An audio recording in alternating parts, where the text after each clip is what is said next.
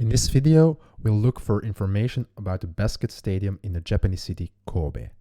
But when we type this into Google, we only find results about the basketball player Kobe Bryant. This is annoying.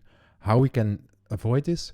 We can just exclude all search results which contain Bryant. So we type minus and then between quotation marks Bryant, and now no search results anymore with Kobe Bryant in it.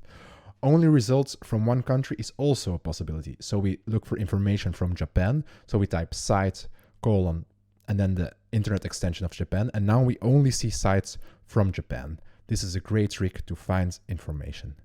A third thing we can do is only look for documents. So we type a file type, colon, PDF, and now we only find documents.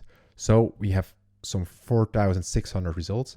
And now the first result is a nice PDF with some detailed information about the basket stadium in Kobe, Japan.